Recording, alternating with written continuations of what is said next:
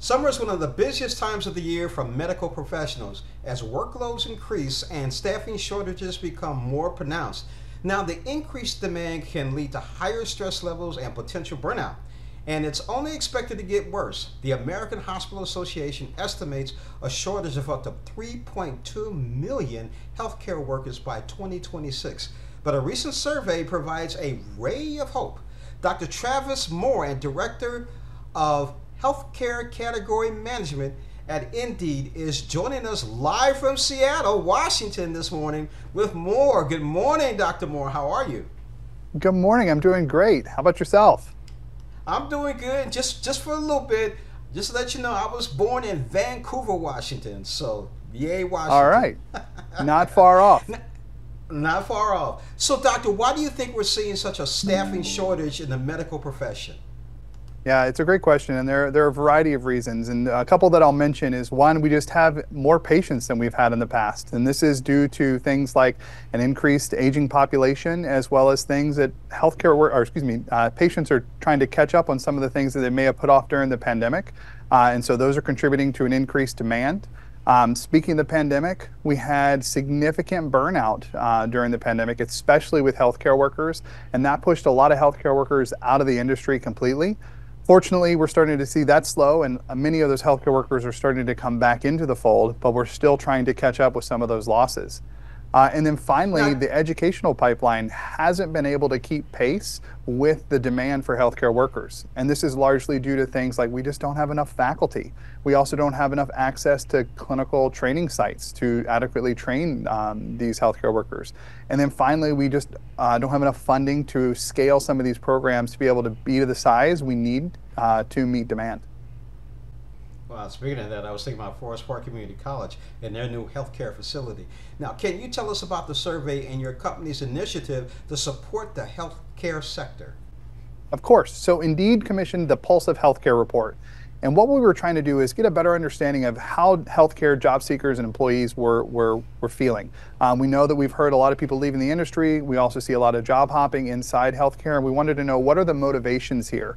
And I would say that the biggest bright spot in the survey for us was that we saw that over 80% of healthcare workers plan to stay in the industry. And this is a little different narrative than what we've heard in the past couple of years about healthcare workers leaving. So that was a really positive sign.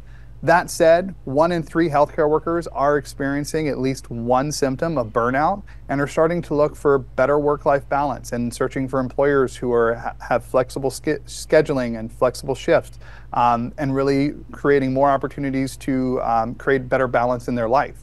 And so Indeed saw that as an opportunity to create an additional resource page for our healthcare workers. And so we launched the Careers in Care Hub, which has a ton of tools, tips, tricks, videos, and so forth to help healthcare workers find better balance or maybe even find better work inside healthcare occupations.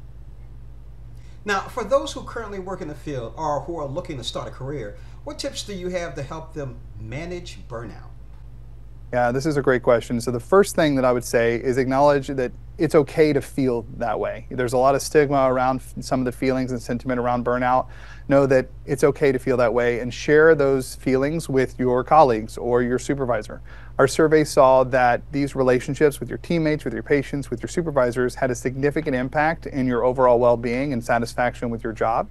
Other things like set boundaries. In healthcare, there's almost infinite opportunity, and so shifts may be thrown at you all the time, some with incentives or bonuses, but is that extra shift and that extra bonus really worth the impact that it may have on your mental health?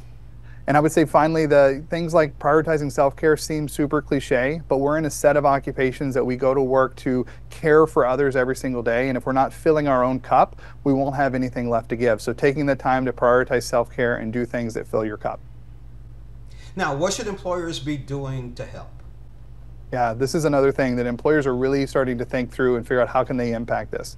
And to be honest, it's more the simple things of creating the culture, a positive, supportive, inclusive environment with easy access to impactful mental health resources. Again, our survey talked about the impact of relationships and how they promote better job satisfaction with our health care workers. And so what can employers do to help facilitate better relationship building within their teams? And then the final thing for employers is making sure you're listening, whether this is through listening sessions or rounding or surveys, and then taking that information you're getting from your teams and implementing it so that they can see that not only you're hearing them, but you're actually listening and doing something about some of their concerns. Now, for those who are looking for a career in the medical field, or for those who would like additional information, where can we go to learn more? Yeah, you can find us on Indeed.com/careers in care, and has all these tips, tools, and resources that we've talked about today. I've been speaking with Dr. Travis Moore, DNP, RN, NEBC, okay, and Director of Healthcare Category Management at Indeed. Dr. Moore, thank you so much for joining us on Morning Blend, and I hope the weather's great in Seattle. Thank you so much.